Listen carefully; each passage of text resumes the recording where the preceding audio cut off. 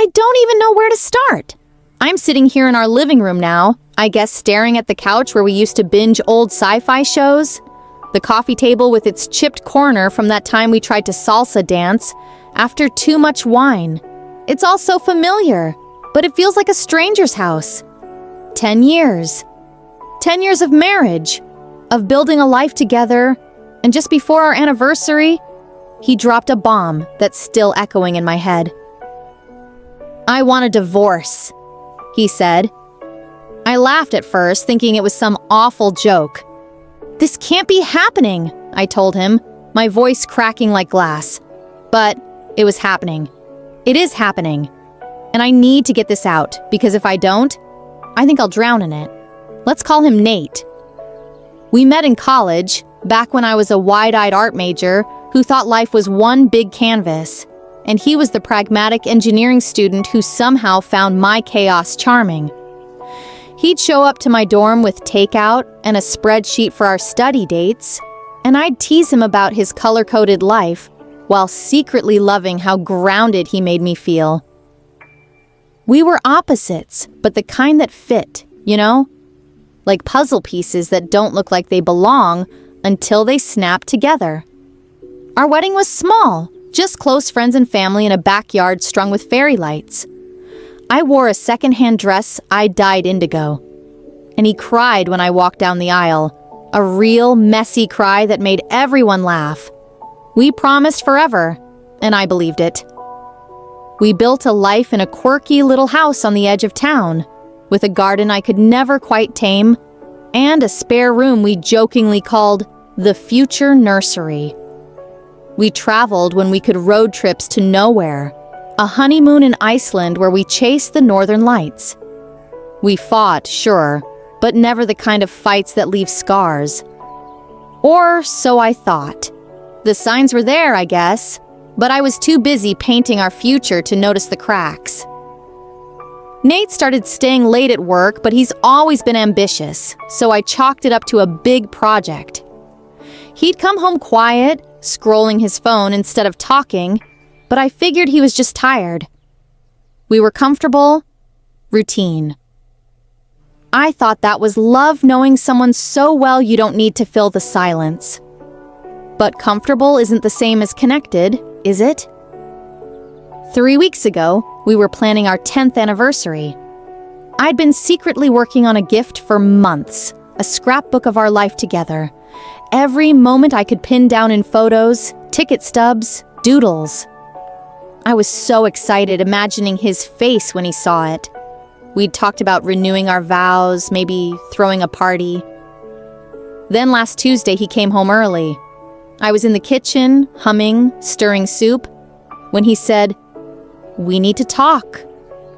His voice was flat, like he was reading a script. "I want a divorce," he said, standing there in his stupid gray hoodie, hands stuffed in his pockets. I laughed. Because what else do you do when the world tilts? "What are you talking about?" I asked, still holding the ladle like an idiot. "This can't be happening." But his face. God, his face was so empty. No tears, no anger, just nothing. He said he'd been unhappy for years. Years. That word hit like a slap. How do you miss years of someone's misery when you sleep next to them every night? I begged for answers. Was it someone else? He swore it wasn't. And I believe Nate's too honest to cheat. Or maybe too lazy. Was it me? He said no. But then he listed all these things. How I'm too dreamy, too scattered. How he's tired of carrying the weight of our life. He said he wants to find himself, like he's some lost teenager instead of a 34-year-old man with a mortgage. I yelled, I cried, I threw a goddamn spoon at the wall. He just stood there, like he'd already checked out. The next day, he moved into a friend's guest room. I've been living in this half-empty house since, surrounded by ghosts of us. The scrapbook is still on my desk, unfinished, mocking me. I keep replaying everything, trying to pinpoint where it went wrong. Was it the time I forgot his mom's birthday dinner? The way I'd leave paintbrushes in the sink? Or was it deeper? Something I'll never understand because he won't explain it? But here's where it gets weird, Reddit, and why I'm posting this.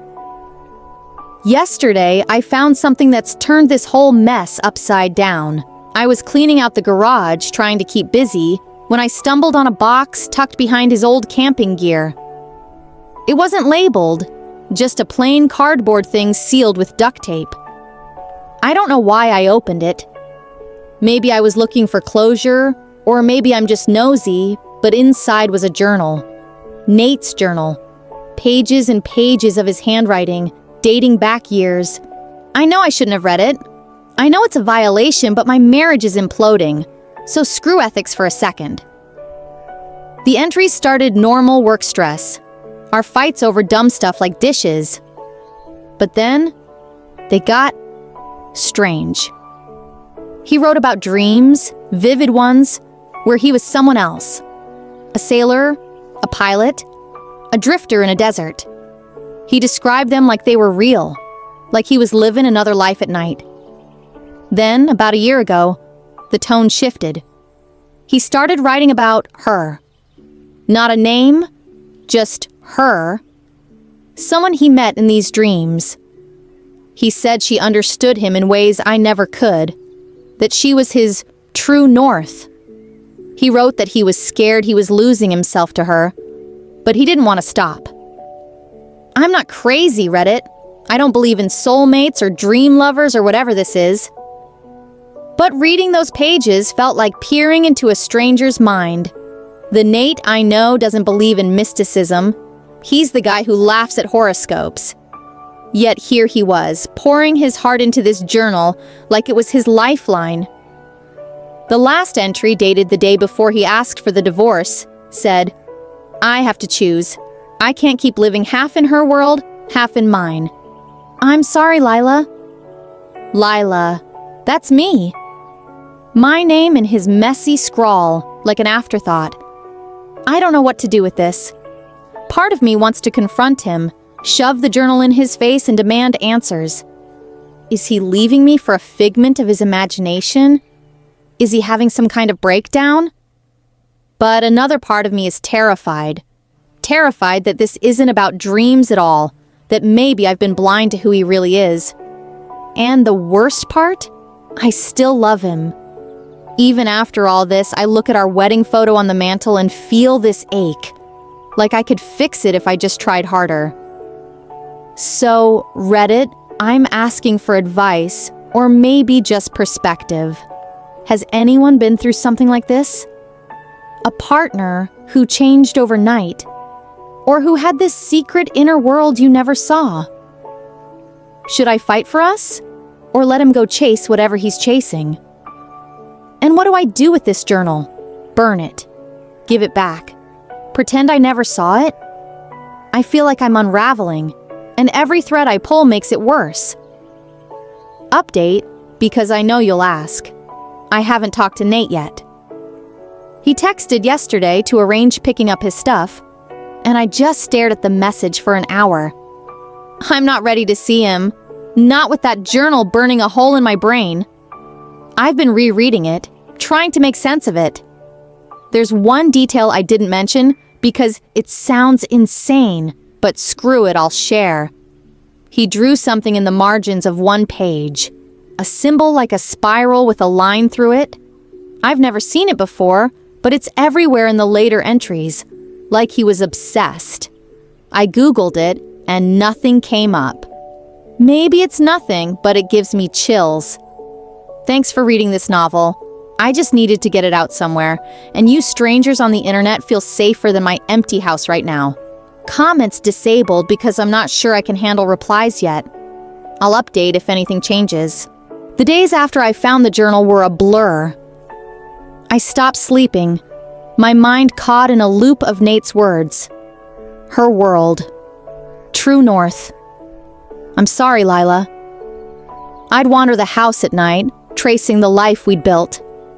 The kitchen where we'd argue over whose turn it was to cook. The bedroom where we'd whispered dreams under the covers. The garden where I'd planted roses that never bloomed right. It was all so ordinary, so ours. How did it come to this? I didn't confront him, not yet. Instead, I dug deeper, like some amateur detective in a bad movie. I went back to the garage searching for anything else he'd hidden.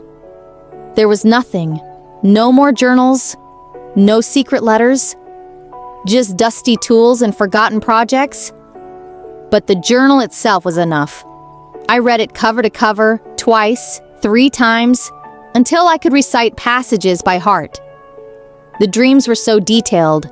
Cities of glass, oceans that sang, a woman with eyes like starlight. He described her laugh, her touch, the way she made him feel whole. I hated her, this phantom who'd stolen my husband, but I couldn't stop reading. It was like picking a scab, painful and compulsive. I started noticing things I hadn't before. The way Nate's clothes smelled faintly of salt, like he'd been near the ocean, even though we live hours from the coast. The way he'd wake up sometimes, gasping, his hands clutching the sheets. I'd always thought it was stress, maybe nightmares. Now I wondered if he was crossing some invisible line, stepping into her world. I know how it sounds crazy, impossible, but grief does funny things to your head. And I was grieving, even if he wasn't dead. A week after finding the journal, I did something reckless. I followed him. He'd been staying with his friend Mark, a coworker I'd never liked much, too slick, too quick with a smile.